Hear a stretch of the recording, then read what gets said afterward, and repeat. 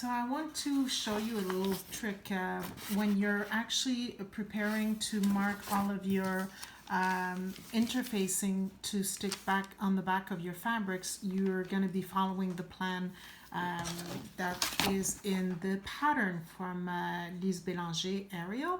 And so I wanted to show you, this is a good example to show what you need to do. So every piece is actually numbered from 1 to 100, so you know how to follow along in making your piecing and for your applique.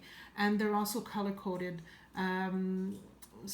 which is really going to help you understand where you're going when there is for example, for the horse itself and the background, they're definitely color coded. So A is the background, B, C, and D are actually the 3 different colors that you'll find on the horse. See here, there are 3 tones, lighter, medium, and dark. So it is going to help you out in making the pattern. So here I have 6B, so you would be tempted to just mark this piece on your interfacing and then move on to 7, and then you'll notice that there's a 6B on top. So this is actually a guide. When you're following along here, you have the pattern that shows you where to add a 1/4 of an inch when you're cutting out your pieces for the overlapping. And so you can clearly see that there's just one number 6, and it's actually the complete thing, which means that you're going to be making one piece and this one will be overlapping over it.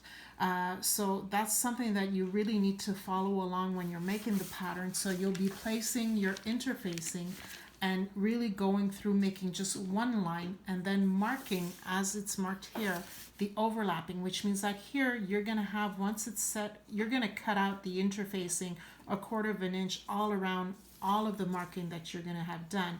But then when it's going to be time to cut on the fabric, you'll be cutting on this dotted line here, but then you'll be cutting directly on that line here, because it's going to be the final look when you'll be making the pattern. 6B is here, so this section will actually be going over this section here.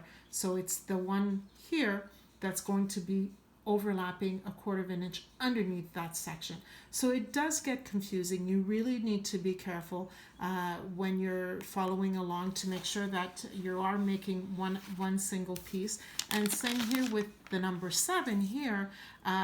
You see that there's this main that's going over it, but you're still going to be cutting out the whole piece, you're going to be making your own line here when you're making when you're preparing your interfacing for your fabric. So you see here, it's going to go one line straight to the top and then overlapping at a 1/4 of an inch here, and which is exactly what you see here.